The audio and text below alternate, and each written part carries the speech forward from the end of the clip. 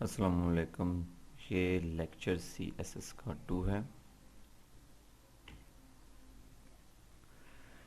Chapter हमारा 1। आज हम बात करते हैं writing the rules. The first step is learning CSS to get familiar with the part of. आपको सबसे पहले CSS लैंग्वेज के रूल सीखने होंगे। वो कौन से रूल्स हैं जिनकी बेस पर CSS से स्टाइल दिया जाता है। CSS के अपने रूल्स हैं, ये किसी लैंग्वेज से मैच नहीं होती, इसका रूल्स अपने हैं, लेकिन ये HTML5 के साथ काम करती हैं।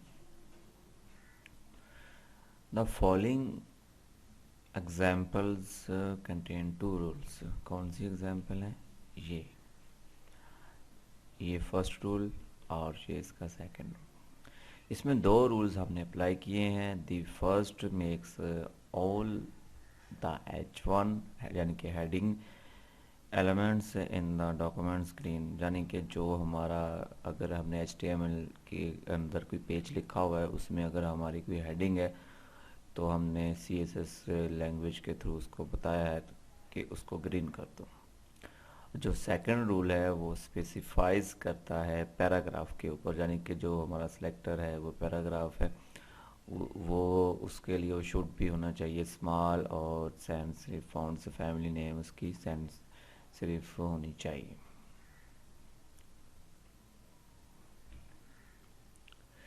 अब जो पहले आप थोड़ा सा कंफ्यूज हो गए थे, लेकिन आपके कंफ्यूजन दूर करने के लिए अब डीपली आपको बताया जाता है कि जो CSS का स्टाइल है उसमें 2 चीज़ें होती हैं, एक सिलेक्टर, एक डिक्लेरेशंस। और डिक्लेरेशन की भी आगे 2 चीज़ें होती हैं, एक उसकी प्रॉपर्टी और उसकी वैल्यू। ये 2 स्टाइल से हम CSS रूल्स लिख सकते हैं, लैंग्वेज लिख सकते हैं। पहला स्टाइल ये है सिलेक्टर्स, दूसरा सिलेक्टर्स। ये देखें, इसके अंदर हमने ये यहाँ से ब्रैकेट डाली और यहाँ से ब्रैकेट डाली। आपने जब भी CSS लिखना है तो आपने फर्स्ट जो है, अगर इस तरह भी लिख दे तो आपका जो कोड है वो एक्सेप्ट हो जाएगा, लेकिन मैं आपको रिकमेंड करता हूँ, जो भी अच्छे प्रोग्रामर्स होते हैं, वो सेकंड जो इसकी शेप है, रूल तो वही है लेकिन इसकी शेप में डिफरेंस है। ये शेप अच्छी लगती है और इसको इजी टू अंडरस्टैंड, समझने के लिए भी आसान है। जैसा कि मैंने आपको पहले बताया, इन CSS टेक्नोलॉजी में 2 main sections of a rule. Rule के 2 मेन सेक्शंस हैं। रूल जो लिखने का रूल, कोई परेशान हो रूल क्या चीज़ है। सिलेक्टर्स, आइडेंटिफाई इनमें से जो रूल्स हम अप्लाई, ये रेंडिंग इंस्ट्रक्शन, जो आप ये इंस्ट्रक्शन हम देते हैं प्रोग्रामिंग के थ्रू कंप्यूटर को, उस हिसाब से वो उसको रेंडिंग करता है, यानी कि उसको डिज़ाइन करता है। एक चीज़ आपके लिए और इम्पोर्टेंट मैं आपको बताता हूँ, टेक्निकली जो सेमी कॉलम है रिक्वायर नहीं किया जाता last declarations of the program, यानी कि इसमें लास्ट कौन सा है, ये यहाँ पर सेमी कॉलम ना भी लगाएंगे तो फिर भी काम चल जाएगा। लेकिन मैं आपको रिकमेंड करता हूँ, अपनी आदत बनाएं कि हर एक डिक्लेरेशन के ब्लॉक जो है, डिक्लेरेशन ये यहाँ से लेकर यहाँ तक, ये जितनी येलो कलर है ये डिक्लेरेशंस है, इसके लास्ट में जब आप एक अपनी वैल्यू, इसकी प्रॉपर्टी और वैल्यू ख़त्म करते हैं तो लास्ट में सेमी कॉलम ज़रूर लगाएं। ये अपनी आदत बना लें और ये फिर आसानी रहती है इस रूल को पढ़ने में और देखने में। जैसा कि हमने जो पीछे मैंने आपको करवाई थी, जो हमने अभी देखी है H1 HP की, जो हम छोटी सी एग्जांपल थी, उसमें H1 और P paragraph as a selector use किए गए हैं।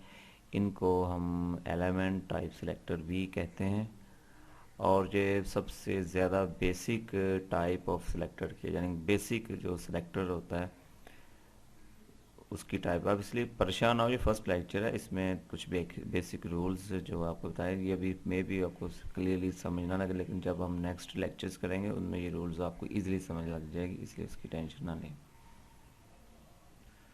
और एक चीज़ आपके लिए जो नोट करने वाली है वो ये है कि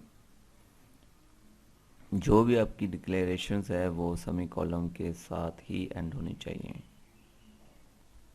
अगर आप भूल जाते हैं सेमी कॉलम लिखने में तो जो आपकी डिक्लेरेशंस है, यानी मैं दोबारा रिपीट कर रहा हूँ, डिक्लेरेशंस प्रॉपर्टी प्लस वैल्यू को कहते हैं। तो वो जो ब्राउज़र होगा जब वो रीड करेगा आपका कोड तो उसमें उसको इग्नोर कर देगा, जिसके लास्ट में आप ये सेमी कॉलम नहीं डालेंगे। अब नेक्स्ट चलते हैं। इसमें आप देखें कि ये बड़ा अच्छा सा कोडिंग लिखी हुई है, बड़े अच्छे स्टाइल में, इस स्टाइल में आपने लिखनी है। कलर चाहिए ना हो, ये तो जस्ट कलरिंग है, कलरिंग चाहिए क्यों, लेकिन आपने स्टाइल ये फॉलो करना है, इसमें स्पेस डाल कर फिर नीचे फिर ऐसे ऐसे। क्यों जो CSS है वो वाइट स्पेस जो होती है उसको इग्नोर कर देती है और डिक्लेरेशन को रीड करती है। अगर आप इस तरह लिखेंगे तो ये इस तरह इसको देखने में काफ़ी इजी, प्रॉपर्टीज़ फाइंड करने में काफ़ी इजी होता है कि आपने यहाँ प्रॉपर्टीज़ क्या दी है, ये प्रॉपर्टी के आगे वैल्यू कौन सी दी है। इसको इस स्टाइल में लिखने से आपको आसानी होती है कोड लिखने में। तो आप यही स्टाइल अप्लाई करें, पहले सिलेक्टर लिखें, उसके बाद इस तरह, फिर ऐसे, और फिर बाद में ये, फिर इसको क्लोज कर दें ब्रैकेट के साथ। अब हम आते हैं लास्ट, ये अभी नेक्स्ट चैप्टर में इसको डिटेल में करेंगे, थोड़ा सा आपको बता देते हैं। जब हम कोई मार्जिन अप्लाई करते हैं तो हम 2em लिखते हैं। em एक मेजर वैल्यू होती है कुछ चीज़ को मैच करने के लिए। अक्सर लोग इस तरह लिख देते हैं, ये गलत है, आपने इनकरेक्ट है, आपने हमेशा इसको इस तरह ही लिखना है। इसलिए वर्षानो नेक्स्ट जो हमारे चैप्टर्स हैं उसके अंदर इसको हम डिस्कस करेंगे फॉर्मेट टेक्स्ट के अंदर डीपली। कुछ यूज़र की डिमांड पर मैंने ऐसे किया कि आपको एक्सरसाइज फाइलें भी प्रोवाइड करनी, इसमें तो एक्सरसाइज फाइलें प्रोवाइड करना पड़ेंगी।